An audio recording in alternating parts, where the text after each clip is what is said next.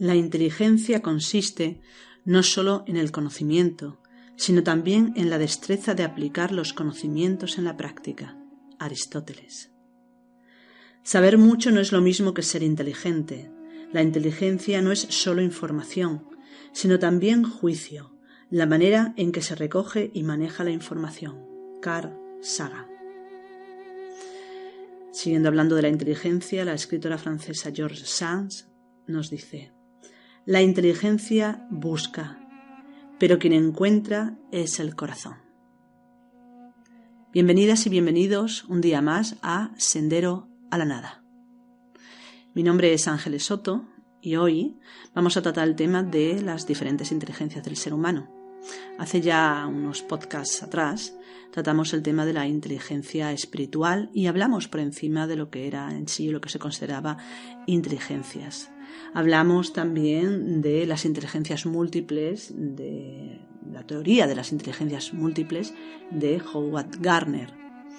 Y dijimos que aunque esta teoría es interesante, de ella surge también, tomando en cuenta 2 de esas 8 inteligencias, la teoría también de la inteligencia emocional, decimos que teniendo en cuenta que es interesante esta visión, a nivel tradicional, a nivel de estudios relacionados con lo espiritual, sobre todo dentro de lo que es la tradición más del cristianismo ortodoxo, esotérico, es decir, que no se encuentra, este conocimiento no se encuentra en el cristianismo habitual, ni católico ni ortodoxo, sino en ese conocimiento más profundo, más hermético, más esotérico, pero que sigue siendo igualmente dentro de la línea del cristianismo. Pues decimos, esta visión de las inteligencias dentro de esta línea de tradición es diferente, o sea, no coincide con la visión de los psicólogos ni de los terapeutas actuales, sino que es una tradición que se remonta más atrás en el tiempo y que nos habla de que el ser humano tiene 5 inteligencias y que a través de esas inteligencias pues vivimos, percibimos y somos lo que somos. De hecho, esta forma de ver las inteligencias son las que normalmente pues se enseñan o en estos estudios, las que trabajamos para poder llegar a ese autoconocimiento del que venimos hablando. Sobre todo desde hace 2 podcasts atrás, 2 programas, hemos empezado a hablar del conocimiento de uno mismo. Empezamos a decir que para poder conocerse a sí mismo uno tiene que tener una visión, un concepto mínimo de lo que es la psicología que le constituye, ¿no? Dijimos que hay muchas formas de conceptuar la propia psicología, de percibir la propia psicología, pero que, utilizamos, o dentro de la tradición con la que trabajamos, que es igual a cualquier otra tradición espiritual, y que bebe de todas las tradiciones espirituales, hemos de decir también. Pero cuando hablamos de esta psicología de autoconocimiento estamos hablando de una forma de ver la psicología muy concreta, de una forma básica pero a la vez fundamental. Hablamos entonces de que esa psicología está constituida por 3 aspectos fundamentales. En el primer programa hablamos de los 2 primeros, la esencia o conciencia, el ser, lo que somos, el alma, esa realidad que nos constituye más allá de cualquier idea que tengamos de nosotros mismos y más allá de cualquier circunstancia. Como dicen las tradiciones, lo que siempre hemos sido, lo que seremos y lo que somos. Y luego está aquello que no somos, lo que se ha llamado en diferentes tradiciones también el ego o los egos o el agregado psicológico, los defectos capitales que se pueden decir también, ¿no? Que es aquello que de alguna manera intenta imitar lo que realmente somos, es decir, la naturaleza real, la naturaleza espiritual en nosotros, pero que no lo consigue y que lo que nos trae, lo que conseguimos a través de manifestar y recrear en nuestro interior estos estados, estos defectos, es dolor y sufrimiento. Pero nuestra psicología no solamente está formada por esos 2 aspectos contrarios, sino que hay otra, que es la personalidad, lo que se llama la personalidad, que de alguna manera es un vehículo que permite transmitir hacia el exterior, manifestar externamente toda esa carga interna, ya sea del alma, del ego, de la conciencia o esencia, o ya sea del ego. La personalidad es lo que nos permite, es un aprendizaje y es un vehículo adaptativo al entorno que nos permite relacionarnos correctamente con nosotros mismos, con los demás y con lo que nos rodea. Decimos entonces que esa psicología, esos 3 aspectos es lo que conforman nuestra psicología. Vuelvo a decir, es una visión de esta tradición, hay otras muchas visiones también válidas. De esta forma, definiendo nuestro interior, nuestra psicología con estos 3 aspectos, de alguna manera simplificamos, aunque también abarcamos, y eso de lo que se trata, la totalidad de lo que somos. Si no es así, como que el sistema de trabajo que proponemos es parte, la primera herramienta de trabajo que hablaremos la semana que viene, es la autoobservación, nosotros mismos nos daremos cuenta de si nuestra propia psicología es mayor o menor, hay más aspectos de los que decimos o no. Bien, decimos entonces, tenemos todo este trabajo interior se puede definir también como un trabajo cualquiera cuando vamos, pues no sé, a trabajar, por ejemplo, a una fábrica o a trabajar a una oficina o a cualquier otro lugar, ¿no? Lo primero es el material de trabajo. El material de trabajo es nuestra propia psicología. Trabajarnos a nosotros implica trabajar con ese material, nuestra propia psicología, que en definitiva es lo que somos. Un conjunto de alma, ego y personalidad a nivel psicológico, claro. Si hablamos a un nivel de lo que nos completa, como lo que nos constituye como seres humanos, tendríamos que hablar de cuerpo, alma y espíritu. Pero para ello pues lo concretaremos y lo hablaremos más en otro tema. Bien, decimos entonces, esa psicología básica sería nuestro material de trabajo. Las herramientas del trabajo serían herramientas como la autoobservación, que hablaremos largo y tendido la semana que viene, o la meditación, que hablaremos también, volveremos a hablar más adelante, ya hemos hablado en algún otro podcast, y otras herramientas que iremos diciendo a lo largo de estos programas. Pero además de tener un material de trabajo y unas herramientas de trabajo, necesitamos también un lugar de trabajo. Podemos decir, sí, el lugar de trabajo somos nosotros, por supuesto, pero nosotros somos a la par, somos el material de trabajo, el lugar de trabajo y el trabajador, lo somos en ese sentido todo. Pero cuando hablamos de la psicología, definir el lugar de trabajo es una de las características más importantes que debemos de tener claro para poder avanzar en este trabajo interior. Cuando hablamos de lugar de trabajo, estamos hablando de dónde y cómo se manifiesta esa psicología. Por lo tanto, estamos hablando de las diferentes inteligencias del ser humano. Se han llamado inteligencia a esa capacidad de percibir, entender, comprender y reflexionar sobre lo que somos, sobre los demás y sobre el mundo. Y se dice tradicionalmente que el ser humano tiene 5 inteligencias. 5. Ahora, hay autores que hablan de 7 y hay otros autores que hablan de 10 inteligencias. En realidad estamos hablando de lo mismo, porque algunos hablan de 10 inteligencias, nosotros a veces hablamos de 10 y a veces hablamos de 5 inteligencias que se llaman también inferiores y 5 inteligencias superiores. Cuando hablamos de inteligencias inferiores y superiores, no se quiere decir con estos términos que las superiores sean mejores que las inferiores, ni muchísimo menos. Tenemos que aclarar qué significa esto de inteligencias inferiores e inteligencias superiores.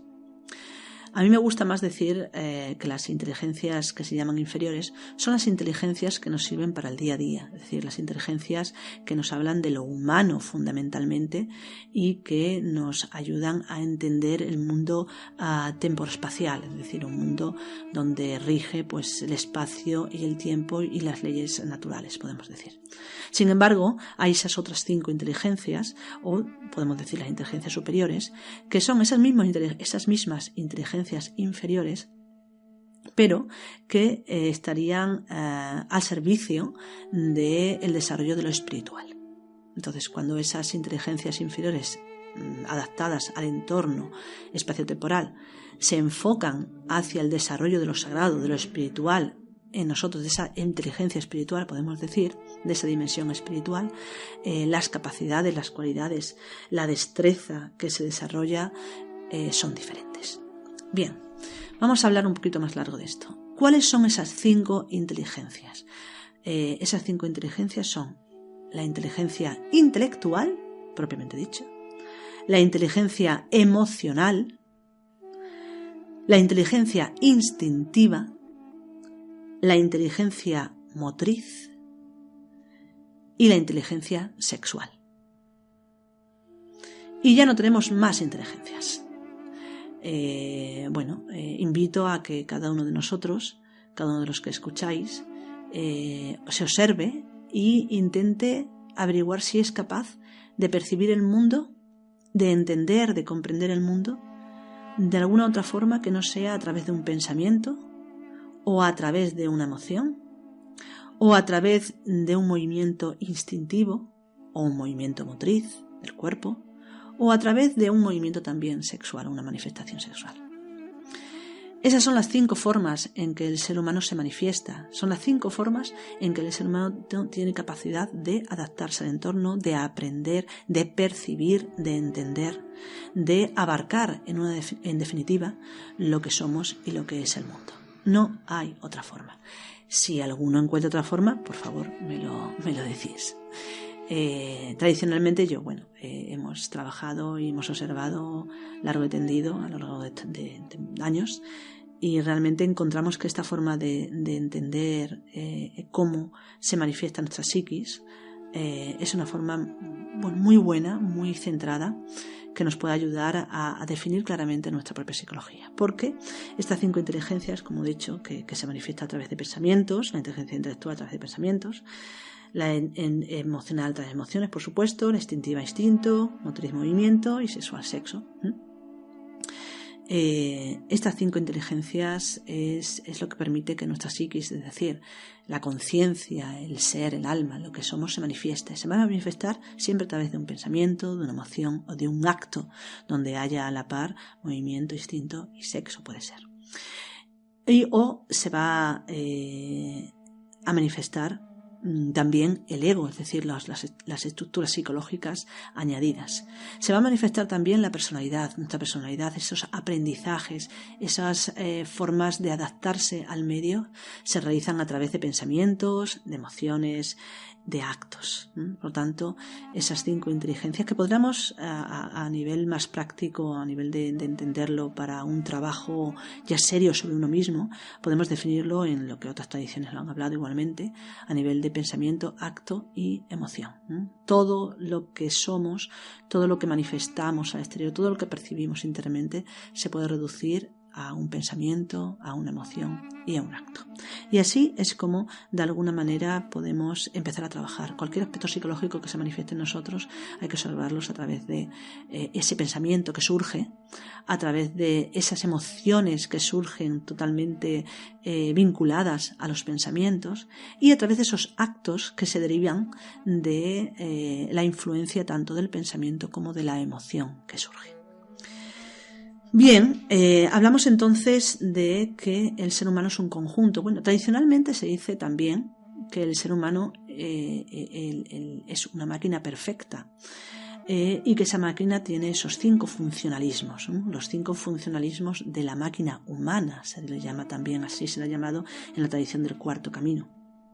Que hemos de decir que la tradición del Cuarto Camino bebe de las fuentes del cristianismo ortodoxo esotérico tradicional. Nombrar ahora en este momento a algún autor como puede ser Ouspensky del Cuarto Camino, pero sobre todo a nosotros nos parece mucho más importante, más interesante, más completo los textos o los libros de Boris Moraviev. También nos habla más que del Cuarto Camino, nos habla del Quinto Camino, que ya en algún otro podcast hablamos de ello y especificamos qué era esto del Quinto Camino. Bien. Hablamos entonces de que el ser humano, pues funciona a través de la manifestación, la percepción, a través de todas de esas 5 inteligencias o esos 5 funcionalismos. Y decíamos, se dice tradicionalmente que el ser humano es una máquina perfecta, con funcionalismos perfectos. Hemos de aclarar esto en el sentido de que en la actualidad máquina tiene como connotación de algo mecánico, algo que no percibe por sí mismo o que no piensa por sí mismo. Bien. El término es antiguo y se utilizaba en el sentido de algo que es perfecto, algo que funciona a la perfección. Y así es cuando un ser humano nace sin ninguna enfermedad. De normal, su funcionalismo es perfecto en todas las partes. Con el tiempo ya nos encargamos nosotros de irnos fastidiándonos poco a poco. Los mismos aprendizajes erróneos hacen que nuestras propias capacidades vayan en detrimento. Y no solamente eso, sino también pues el propio desgaste. Pero realmente el ser humano se puede considerar que funciona como una máquina perfecta y que los funcionalismos están ahí no solamente para aprender a través de ellos, sino sobre todo para perfeccionarlos. Por lo tanto, el aprendizaje no solamente se da a través del intelecto, el aprendizaje se da a través y debería darse, la enseñanza incluso debería darse y dirigirse no solamente al desarrollo de lo intelectual, sino también al desarrollo de lo emocional, al desarrollo de lo instintivo, al desarrollo de lo motriz y al desarrollo de lo sexual. Y cuando decimos esto, claro, cuando observamos un poquito la educación actual, vemos que se desarrolla mucho pues lo intelectual y lo motriz, pero solamente a través del desarrollo el desarrollo y el cultivo de los deportes. Sin embargo, no nos referimos a esto. Está estupendo, es maravilloso que hagamos deporte, igual que también que nos instruyamos intelectualmente. Pero instruirse intelectualmente no es saber mucho, no tener muchos datos, como nos decía Carl Sagan, sino saber qué hacemos con esa información. De hecho, se dice que la persona más inteligente es aquella que realmente pone en duda su propia inteligencia. Entonces, realmente una de las cosas importantes es aprender a pensar. La educación debería de dirigirse sobre todo a enseñarnos a aprender a pensar por nosotros mismos. Pero no solamente eso, sino también a poder distinguir lo que es un pensamiento de lo que es una emoción y a desarrollar plenamente y conscientemente las emociones que nos ayuden a desarrollarnos como personas completas. De hecho, es tal la ausencia de la educación emocional que lo que desarrollamos son emociones densas, emociones por las que sufrimos, emociones que nos apartan realmente de una vida feliz y una vida plena y nos llevan pues a meternos en situaciones cada vez más terribles. De hecho, podemos decir que muchas de las enfermedades relacionadas con lo emocional, como pueden ser pues los estados, ¿no? La depresión, los estados de decaimiento, de derrotismo, de inseguridad, muchas veces se dan porque no hay una clara enseñanza entre lo que son estas diferentes inteligencias y cómo podemos hacer uso de ellas correctamente. Bien, lo mismo debería ser una enseñanza a través de lo que es el instinto. El instinto debería de educarse, pero no educarse a través de la represión del instinto, ni muchísimo menos, reprimirnos, sino todo lo contrario, aprender realmente. Lo que pasa es que el aprendizaje del instinto está íntimamente ligado no solamente al aprendizaje y al desarrollo del cuerpo físico, sino también al aprendizaje y el desarrollo de la propia sexualidad, que se entiende a nivel tradicional como otra inteligencia aparte. Y de hecho, se considera que es la inteligencia más importante de todas, puesto que es la única que es capaz de dar vida. Pero bueno, esto sería otro tema que hablaremos también más adelante. Bien, decíamos entonces, educarnos instintivamente nos ayudaría también a saber cómo funciona nuestras hormonas, saber cómo funciona nuestro cuerpo físico. Igual la educación motriz debería incluir esto, no solamente movernos o ser unos gimnastas estupendos, sino saber cómo funciona nuestro cuerpo a diferentes niveles. ¿Para qué? Para hacer un uso lo más correcto posible, y no solamente eso, sino para poder desarrollarlo plenamente. Y cuando hablamos de esto, hablamos, por ejemplo, del instinto, en el sentido de que hay una ausencia tan grande de educación instintiva que simplemente nos dejamos llevar por el instinto, y cuando no nos dejamos llevar lo que hacemos es reprimirnos. Cuando realmente, si nosotros aprendemos a observar y a comprender nuestro instinto y lo ligado que está a las diferentes inteligencias, lo ligado que está también a los diferentes estados psicológicos, nos podemos no solamente conocer cómo funciona, sino hacernos dueños también de nuestros propios instintos. Ahí se habla incluso de monjes, ¿no? De monjes pues de cualquier tradición. Se habla más de los monjes tibetanos, porque son de alguna manera los hindúes, ¿no? Los sadhus hindúes, que realizan pues de alguna manera ciertas prácticas un poco extremas con la respiración o con el cuerpo, bueno, que nos pueden resultar un poco exagerados a nivel médico, a nivel de salud. Sin embargo, no se perjudican en absoluto, sino todo lo contrario. Tienen un control maravilloso de lo que es, por ejemplo, la respiración, ¿no? Lo que sería la ciencia de la respiración o el pranayama, que implican no solamente, el pranayama no solamente es conocimiento de la respiración, sino conocimiento fundamentalmente de todas las energías que se mueven en nuestro interior, por lo tanto también del instinto. A llegar, por ejemplo, pues a aguantar la respiración mucho, a suspender los signos vitales durante mucho tiempo y luego volver como si nada. Bueno, estas son prácticas extremas, pero lo que quiero decir con todo esto es que no hay que llegar a eso, no tenemos por qué convertirnos en faquires, ni muchísimo menos, pero sí de alguna manera a ejercer una cierta hegemonía, ¿no? Sobre los instintos, y que nos dejemos llevar en el primer instante, ¿no? Sobre, bueno, pues imaginaos, en el primer momento, pues cualquier apetencia que pueda surgir, hambre o frío o cansancio, pues de alguna manera es tan fuerte en nosotros y tenemos tan poco control que muchas veces estos estados, estas necesidades básicas que podemos decir del cuerpo, se sobreponen, se imponen a lo que serían pues las demandas más conscientes del espíritu. Entonces, por eso, tan importante el conocer de alguna manera cómo funcionan estas inteligencias y ponerlas al servicio, siempre y cuando sea nuestro deseo, nuestro anhelo, ponerlas al servicio del ser, del espíritu. Bien, hablamos entonces del funcionalismo de estas 5 inteligencias.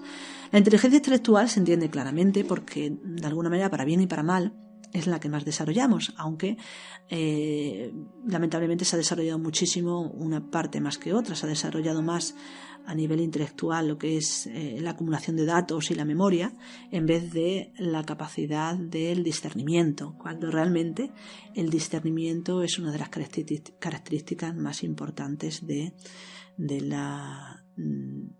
nuestra inteligencia intelectual en el día a día. Estamos hablando en todo momento de las inteligencias del ser humano que podemos decir inferiores, aunque vuelvo a decir, no me gusta mucho el término. Digamos, las inteligencias del día a día, las que nos definen, podemos decir, como humanos. Por lo tanto, la inteligencia intelectual nos sirve para pensar, para discernir, para comprender, para abarcar, para comparar, para recordar. Luego tenemos la inteligencia emocional, esa gran desconocida que en la actualidad está de moda a raíz del mismo término, inteligencia emocional de Daniel Goleman, si no me confundo. Se ha puesto mucho de moda y ahora pues se trabaja la inteligencia emocional, aunque he de decir a nivel personal, esto es personal, que considero que muchas de las cosas que se enseñan en la inteligencia emocional es simplemente sentido común y coherencia. Por lo tanto, yo volvería a ubicarlo en la inteligencia intelectual. La inteligencia emocional, para nosotros, es decir, para la tradición espiritual con la que trabajamos, para la tradición más del cristianismo ortodoxo, concretamente en estos términos, en este tema, tiene que ver más la inteligencia intelectual con otra forma la inteligencia emocional con otra manera de entender el mundo. Si la inteligencia intelectual, cuando nosotros la ponemos en uso, ¿no? la usamos, ¿no? Lo que se ubica son formas de pensamiento y nos da la sensación de que su centro de gravedad está ubicado en la cabeza, en el cerebro. Cuando hablamos de la inteligencia emocional, la inteligencia emocional se ubica, su centro de gravedad de manifestación se ubica en 2 centros en nuestro interior, es decir, en lo que sería el plexo cardíaco, toda la zona del corazón, y el plexo solar, toda la zona del abdomen, del bajo abdomen, del ombligo. Todas las emociones que nosotros sentimos, que percibimos, las percibimos en ese lugar.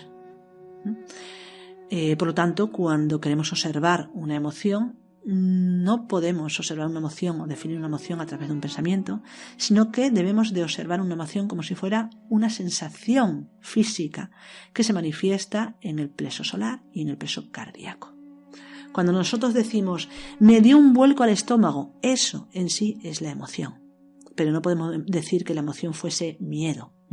Me dio un vuelco al estómago por miedo. Entonces la gente suele decir, el miedo es una emoción. Y esto se utiliza mucho en psicología. Cada uno lo puede utilizar como quiera. Y no digo que esté mal, pero a nosotros nos gusta y nos parece mucho más práctico aprender a distinguir lo que es la emoción y ponerle su nombre correcto de lo que es un estado psicológico. El miedo, dentro de estos estudios, no es una emoción. El miedo es un estado psicológico que manifiesta pensamiento, emoción, instinto y movimiento. Podemos decir incluso sexo, lo que pasa es que esto sería más largo de entender. Aunque toda manifestación de estado psicológico, toda psiquis, toda manifestación psicológica tiene esas 5 manifestaciones de la inteligencia. De esas 5 inteligencias, perdón. Sin embargo, podemos decir claramente que, por ejemplo, el miedo, o por ejemplo, la ansiedad, o por ejemplo, la alegría, manifiestan formas de pensamiento, emoción y acto, por lo tanto, instinto y movimiento. Por lo tanto, cuando hablamos de una emoción, no podemos decir que el miedo es una emoción, sino que el miedo es un estado psicológico que tiene una emoción determinada que se manifiesta en el plexo cardíaco, por ejemplo, con palpitaciones, o se manifiesta en el plexo solar, por ejemplo, con dándome un vuelco el estómago, o cuando se nos encoge el estómago y no podemos comer o no podemos hablar. Bien, esto sería cómo se define la emoción. Otra forma de definir también la emoción como la inteligencia emocional dentro de estos estudios, es decir, que es otra forma de percibir el mundo.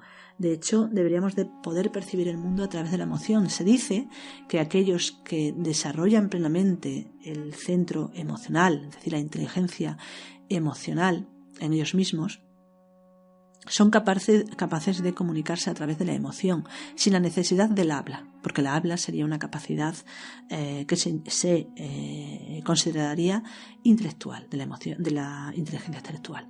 Sin embargo, a través de la emoción no hablamos, sino que conectamos.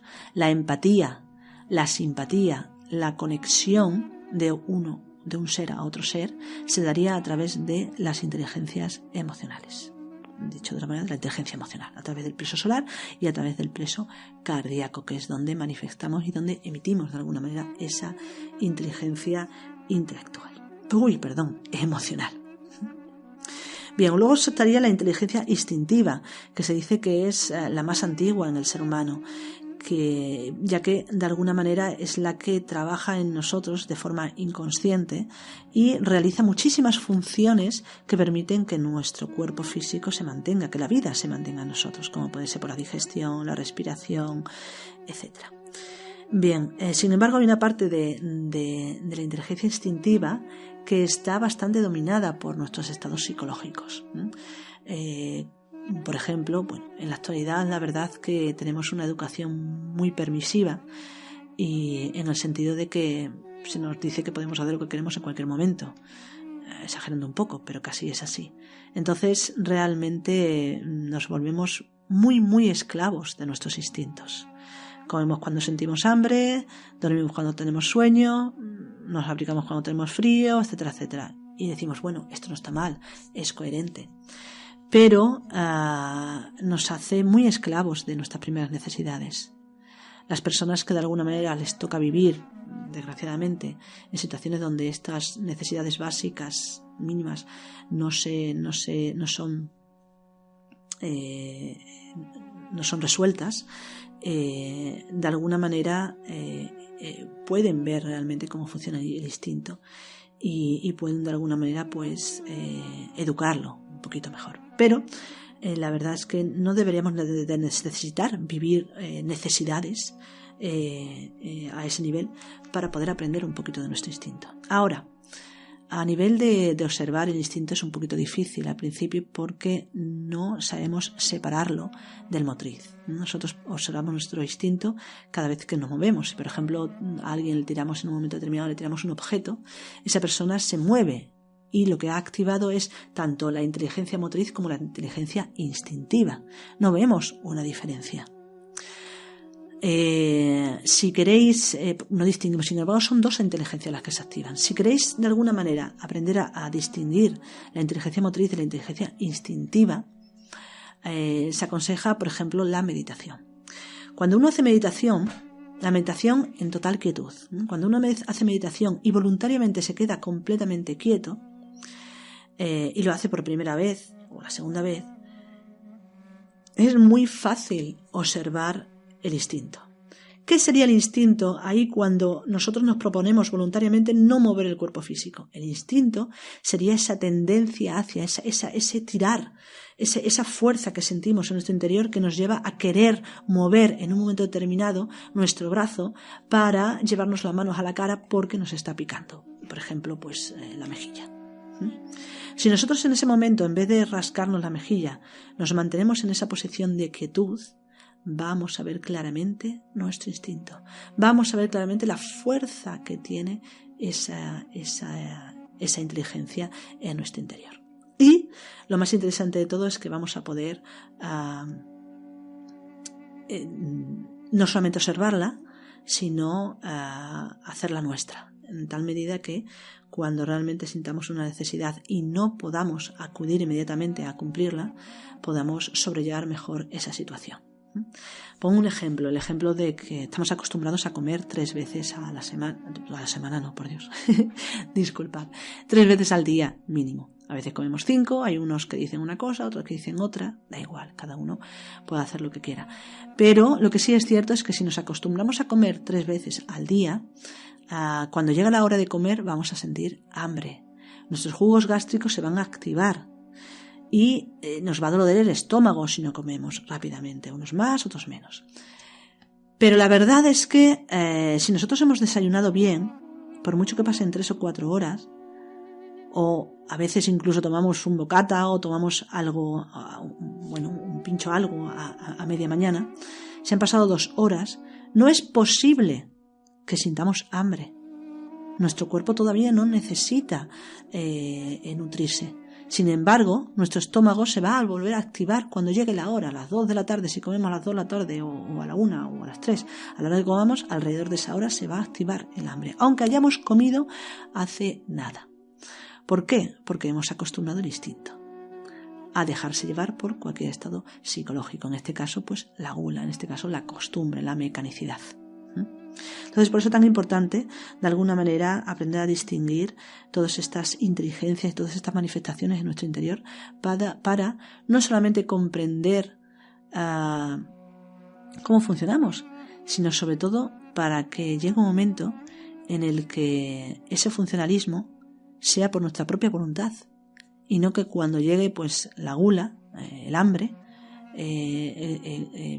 nos rindamos a primera de cambio, o cuando llegue un estado de miedo o un estado de ansiedad o un estado de depresión o de ira, está muy instintiva, nos dejemos llevar enseguida. Cuando nosotros aprendemos a observar todo esto en la meditación y a no dejarnos llevar por esos movimientos primeros, ya sea a nivel instintivo o incluso a nivel emocional, que hablaremos más largo en diferentes programas, si nosotros no nos dejamos llevar a la primera de cambio, estaremos recreando algo que se llama voluntad consciente. Voluntad consciente implica que la voluntad la ponemos nosotros por decisión propia y no son, como solía decir mi profesor, no son nuestras tripas las que nos dominan, sino que nosotros dominamos a nuestras tripas. De esta manera dominamos al instinto y dominamos a lo emocional. De la misma forma que también aprendemos a decidir qué pensar y cómo pensar y no a ser esclavos de nuestros propios pensamientos. Entonces, con la meditación vamos haciéndonos poco a poco dueños de nuestros propios estados a nivel instintivo, a nivel emocional, a nivel intelectual, motriz y a nivel sexual. De tal manera que nos hacemos dueños de nuestra propia vida y nos volvemos seres libres, realmente libres y completamente conscientes de nuestra realidad interior y además plenamente dueños de poder decidir nuestra vida. Y si yo en un momento determinado quiero sentir miedo, pues que sea porque quiero sentirlo y no porque ese estado ha surgido de mi subconsciente y me ha dominado.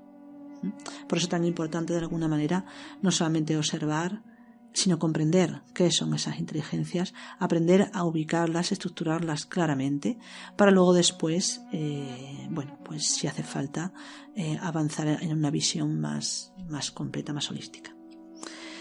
Bien, decíamos entonces el funcionalismo de esas inteligencias. Hablamos también hemos hablado de intelectual, emocional, el instintivo, hablamos del motriz. El motriz es muy claro, pues es movimiento. Decimos, si no hubiese un desfase de ciertas inteligencias o un mal uso de ciertas inteligencias, tendríamos unos movimientos más perfectos. Bueno, los niños tienen el movimiento perfecto. Con el tiempo vamos de alguna manera pues atrofiando este movimiento, pero la inteligencia en sí sigue igualmente intacta y es perfecta. Y luego, por último, la inteligencia sexual. Bien, ¿qué es la inteligencia sexual? Quizás es la más difícil de entender porque tenemos una visión de la sexualidad muy centrada en los genitales y en la obtención del placer. No nos damos cuenta de que la inteligencia sexual se reparte por todo nuestro cuerpo y no tiene que ver únicamente con el placer sexual, sino con la inteligencia sexual en sí misma, que es la creatividad fundamentalmente, la capacidad de crear. A través del sexo creamos vida, pero también creamos todo lo que tiene posibilidad de crear. A nivel tradicional, vuelvo a decir, hay otras visiones, pero a nivel tradicional no creamos con la mente, no creamos con la emoción, ni con el instinto ni con la motriz, sino que creamos con la inteligencia sexual, que luego se le da forma intelectual, emocional, instintiva y motriz. De hecho, se dice que la sexualidad, la energía sexual, esa inteligencia sexual es la fuente de todo lo que somos y que todo lo que somos surge de ahí, y que en principio la única energía que tenemos es la sexual, pero que con las diferentes inteligencias transformamos la energía sexual en energía intelectual cuando la necesitamos, o en energía emocional cuando la necesitamos, o en energía instintiva motriz cuando la necesitamos. Por lo tanto, se considera que la sexual es la más inteligente, y de hecho en todas las tradiciones espirituales la sexualidad tiene muchísima importancia. ¿Por qué? Porque a través de la sexualidad el ser humano se libera o se esclaviza. Así como todas las tradiciones han hablado de que a través de la sexualidad y de la unión de los opuestos podemos obtener la libertad y la plenitud de lo que somos, cuando esas religiones han ido degenerando y han caído en el poder, la misma sexualidad se ha utilizado para esclavizar al ser humano a través de los tabúes y de las prohibiciones. Pero sin embargo, lo que no podemos olvidar es que la sexualidad es muy importante, es de lo más importante. ¿Por qué? Porque es lo único que da vida. No da vida una idea, no da vida una emoción, da vida la sexualidad. Por lo tanto, se considera totalmente sagrado, lo más sagrado. Lamentablemente, cuando lo más sagrado se olvida, eso mismo se convierte en lo más denigrado. Por eso en la actualidad, y no en la actualidad, sino desde hace miles de años, en la sexualidad se le da un uso realmente pobre, lamentable y esclavizador. De todas formas, el tema de la sexualidad lo hablaremos un poquito más adelante y bueno, hablaremos claramente de qué es eso de la sexualidad sagrada y cómo podemos trabajar con ella. De momento, solamente queda la idea de que realmente es algo muy importante que tenemos que tener en cuenta. Bien, decimos entonces es el funcionalismo de esas inteligencias, la velocidad también, no tenemos que hablar de las diferentes velocidades de las inteligencias. Creemos que el pensamiento de nosotros es muy rápido y sin embargo el pensamiento es lo más lento que tenemos, es mucho más rápido para responder en nosotros lo instintivo, la inteligencia instintiva responde inmediatamente, la motriz mucho más rápido también, la emocional es más rápido incluso, sin embargo la intelectual es la más lenta. Yo suelo poner un ejemplo, que es si, por ejemplo, si somos conductores y vamos conduciendo un coche, estamos, pues, no sé, por una ciudad y de repente surge una persona y se cruza por delante de nosotros, inmediatamente activamos el pie y frenamos. Y luego después de que hemos frenado para no atropellar a la persona, decimos, nos damos un suspiro y sentimos la emoción alterada, las palpitaciones. Y después, por último, decimos, menos mal que he frenado, por poco lo atropello. Es decir, en ningún momento decimos, uy, se me ha cruzado una persona por delante, voy a frenar, no vaya a ser que la vaya a atropellar. Si pensamos eso, si todo eso pasase por la inteligencia intelectual, lógicamente habríamos atropellado no una persona, sino a varias. Entonces, lo primero que se activa en nosotros es lo instintivo, que activa después lo motriz, que activa después, o que nos hacemos conscientes después, de lo emocional y por último de lo intelectual. No entra aquí en juego lo sexual, serían solamente esas 4 inteligencias. Claro, hacer un inciso en relación a que cuando hablamos de inteligencia intelectual y de todas las demás, no estamos hablando de cerebro, ni muchísimo menos. Porque a nivel científico ya se sabe que todas estas informaciones pasan por el cerebro, pero no estamos hablando del cerebro, estamos hablando de destrezas, de capacidades, de inteligencia. Por tanto, la inteligencia, tanto la intelectual, emocional, instintiva, motriz y sexual, se reparten por todo nuestro cuerpo, se reparten por todo lo que somos y a la vez no están en nuestro cuerpo. Sin embargo, claro, cada una de ellas podemos sentir cómo se manifiesta más intensamente en una zona de nuestro cuerpo. Se le llama centro de gravedad. La intelectual en la cabeza, en el cerebro. La emocional en el peso cardíaco y solar, como ya he comentado. La sexual, claramente, en los órganos sexuales. La motriz y la instintiva se suelen representar como su centro de gravedad, su punto más importante, la primera vértebra de la columna vertebral, en la nuca, y la última vértebra, lo que sería la zona del coxis. En el coxis sería la instintiva y la motriz en la nuca. Bien, vuelvo a decir que esto no se puede llevar a la parte de anatomía física o médica. Es otra visión, es una visión más antigua del conocimiento de la propia anatomía interna del ser humano, energética, y física, donde podemos ver que incluso hay algunos errores, pero que tradicionalmente, a nivel simbólico, tienen más connotación o más implicación. Por ejemplo, el tema de las 33 vértebras. No tenemos, según médicamente, no tenemos 33 vértebras, sino que hay más, creo, o menos. Disculpadme, creo que menos, porque no lo sé exactamente, o no lo recuerdo más bien. Pero tradicionalmente se habla de 33. Y esto es porque es simbólico. Se hablará en otro momento de esto.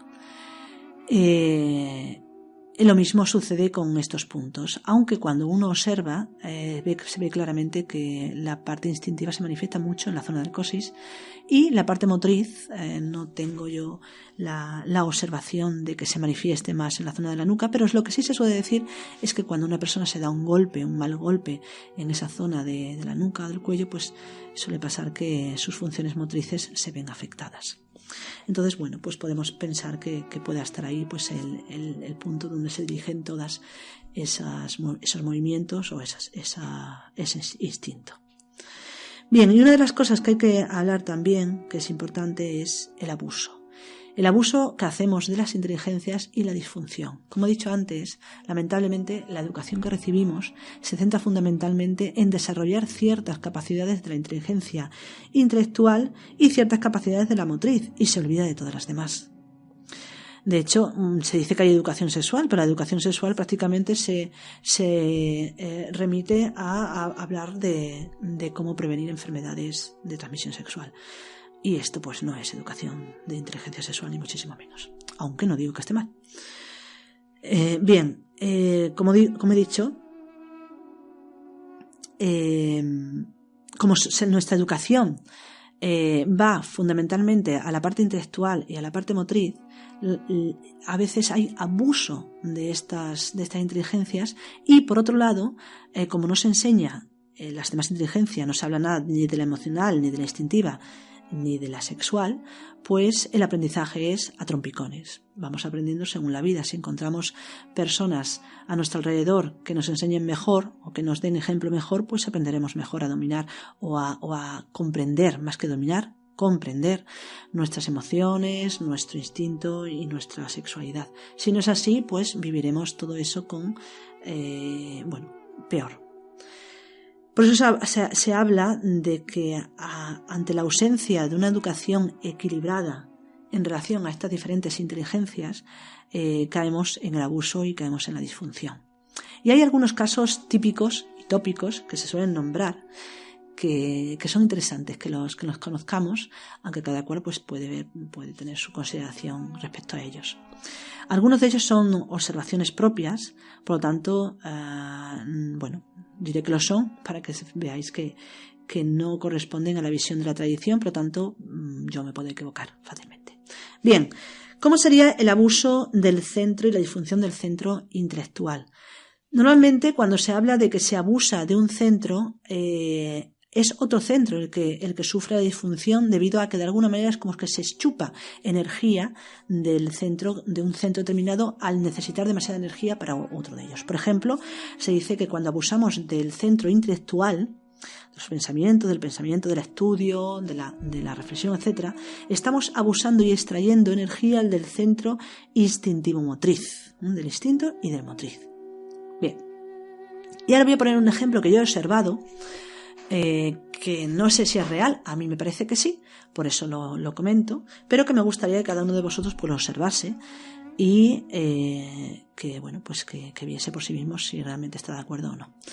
El ejemplo del abuso del intelectual con detrimento del motriz y del instintivo, y viceversa. Cuando se abusa del motriz y del instintivo, la disfunción se da en lo intelectual.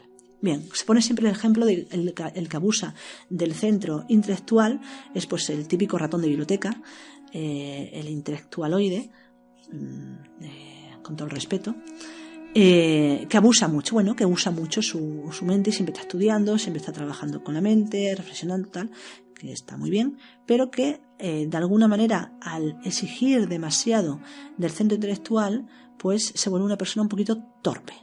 Torpe, pues que en andar, por ejemplo, o no tiene destreza manual para ciertas cosas, ¿no? Esto es el típico, pues, genio, ¿no? A veces ponemos la imagen de Einstein, ¿no? Y como el genio loco, ¿no? Que es súper listo, pero que luego en las cosas normales de la vida es un poco torpón. Pues en este sentido se podría ver. Esto no es la observación mía que yo he hecho, se suele decir a nivel tradicional, en la enseñanza, pero la observación que yo he hecho es al contrario. En los deportistas de élite. Por ejemplo, pues cualquier deportista de élite, ya sea de fútbol, de ciclismo, de tenis, de cualquiera de ellos, que de alguna manera, por abusar físicamente de la inteligencia motriz y la inteligencia instintiva, hacen que la parte intelectual haya cierta disfunción.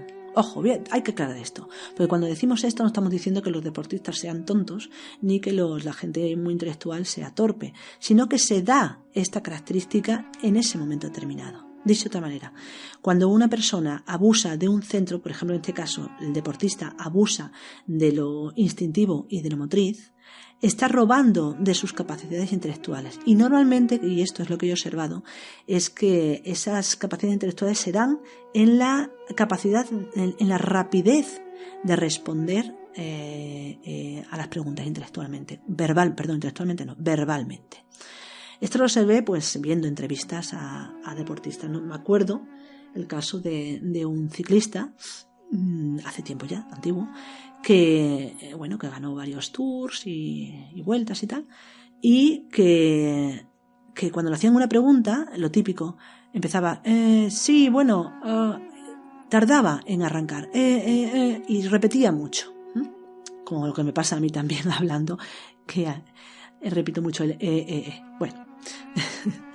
En mi caso no es por ejercicio, por deporte.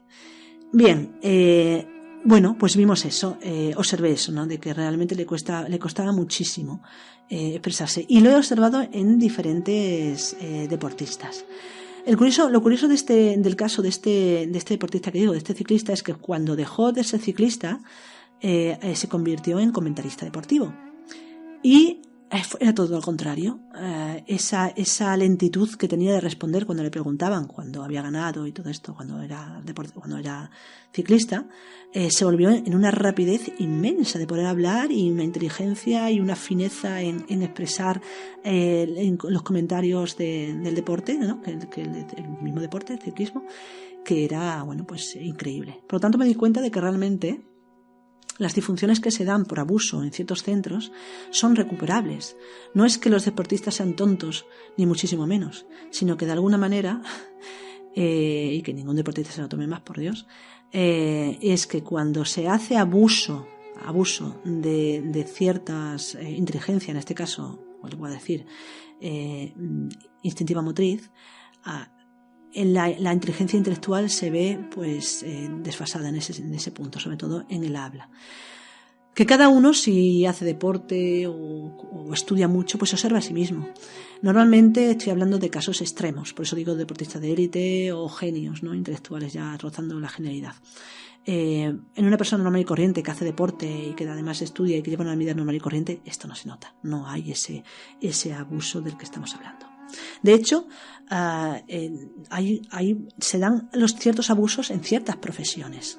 Por ejemplo, bueno, decimos abuso en el instintivo motriz en los deportistas, pero hay una profesión también que abusa del emocional. Por ejemplo, los actores, las actrices. Es decir, actuar implica que tienes que imitar un montón de emociones y eso lleva a que haya de alguna manera pues un abuso en el tema emocional, con las consecuencias que cada persona pues constatará. De esto no voy a hablar. Lo mismo sucede luego también el abuso que se pueda dar en la inteligencia sexual.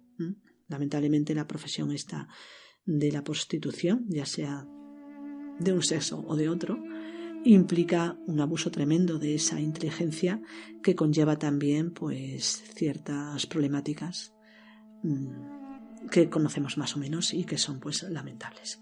Por eso de alguna manera lo que se intenta dentro de lo que es el autoconocimiento, lo que se intenta no solamente es conocer el funcionalismo de estas inteligencias, sino llegar a un equilibrio adecuado de las 5 inteligencias. De hecho, el equilibrio de las 5 inteligencias lo conocemos de forma popular, es decir, popularmente todo el mundo dice cosas como no te preocupes, consúltalo mejor, vete a dormir, consúltalo con la almohada, o si está tan agobiado, vete a dar una vuelta. ¿Qué estamos haciendo cuando decimos eso? Utilizar la inteligencia del equilibrio. Utilizar el conocimiento del equilibrio de las diferentes inteligencias. Una preocupación se ubica fundamentalmente en la mente y en la emoción.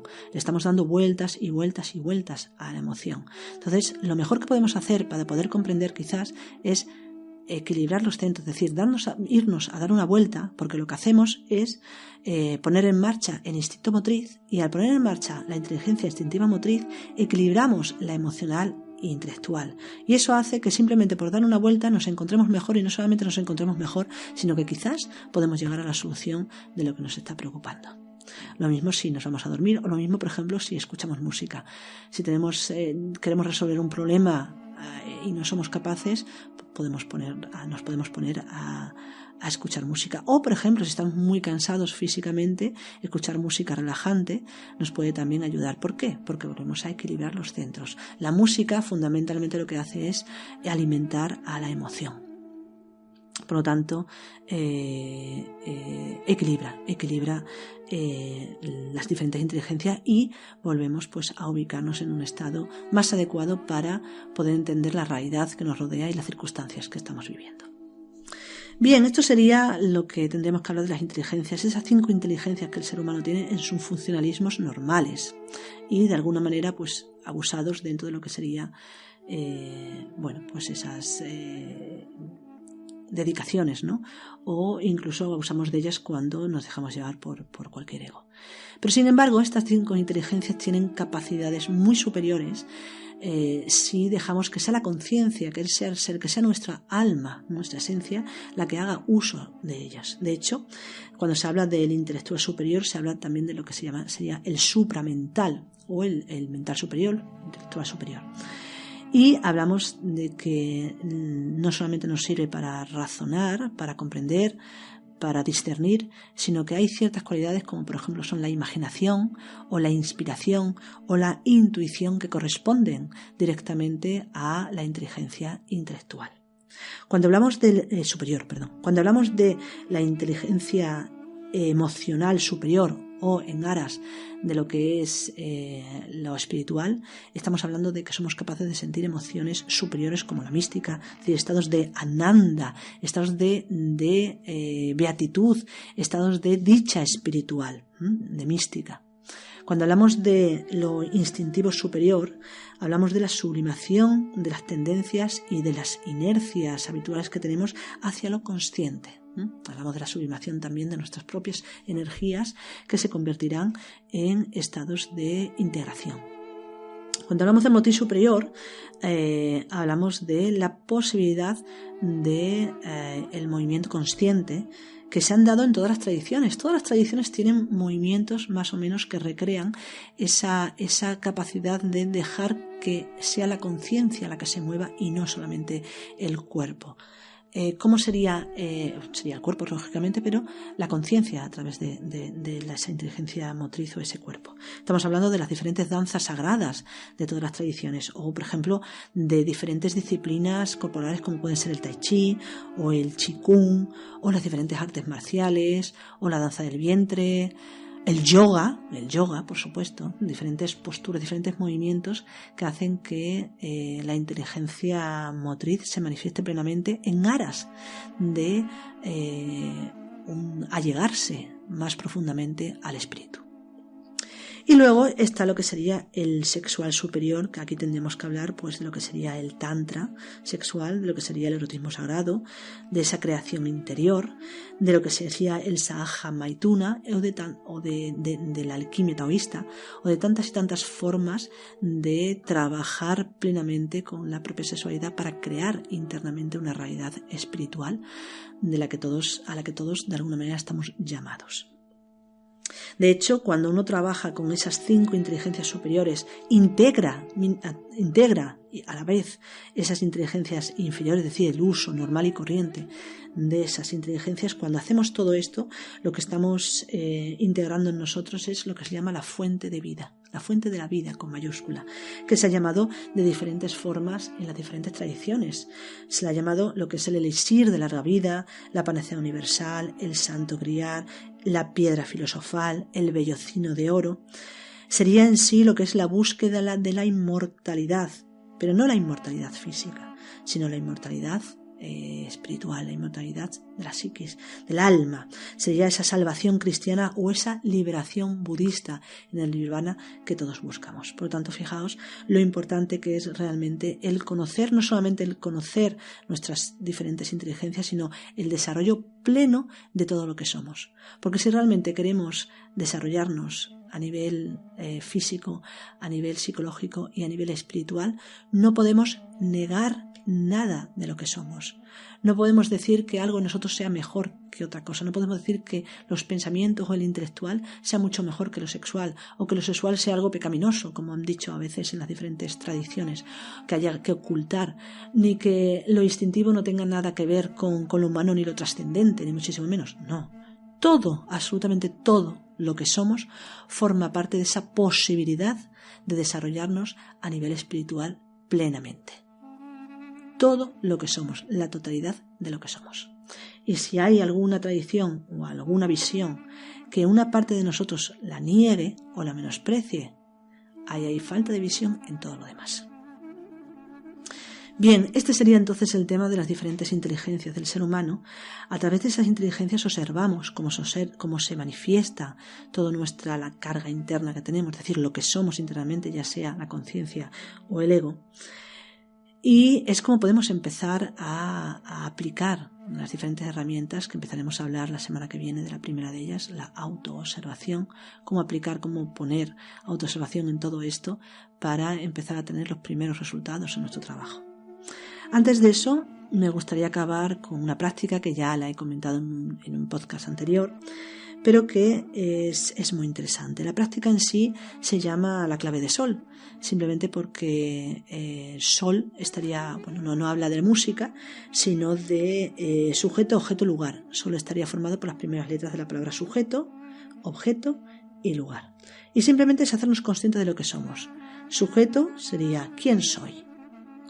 Ubicarnos en preguntarnos, más que preguntarnos sería hacernos conscientes de quiénes somos. o de qué somos. Porque realmente no sabemos quiénes somos. Tampoco sabemos muy bien qué somos. Pero no se trata de saberlo a un nivel intelectual, sino de percibir qué somos. Lo siguiente sería objeto. ¿Qué es lo que estamos haciendo en este momento? ¿Cómo lo estoy haciendo en este momento? Y la tercera pregunta sería el lugar. ¿Dónde estoy? ¿Qué es lo que percibo a mi alrededor? ¿Y cómo me relaciono con ese entorno? Esto sería un primer ejercicio para acordarnos, para ubicarnos en lo que somos, en el recuerdo de lo que somos.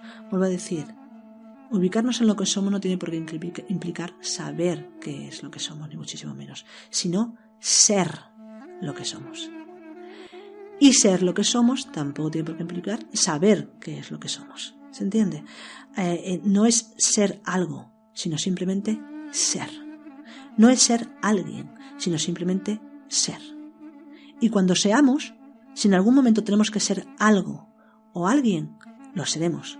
Únicamente en el momento que lo necesitamos, para después volver a simplemente ser. Nada más, hasta aquí el podcast de hoy. Alguna pregunta, alguna duda que tengáis, podéis comentarlo en la caja de comentarios del mismo podcast, en Sendero a la Nada.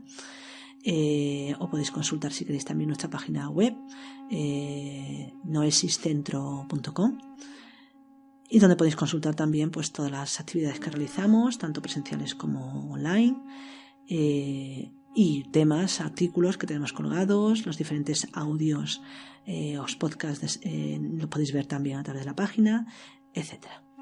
Pues nada más, deseándoos una buena semana, porque el fin de semana ya se acaba, una buena semana hasta el próximo día. Adiós.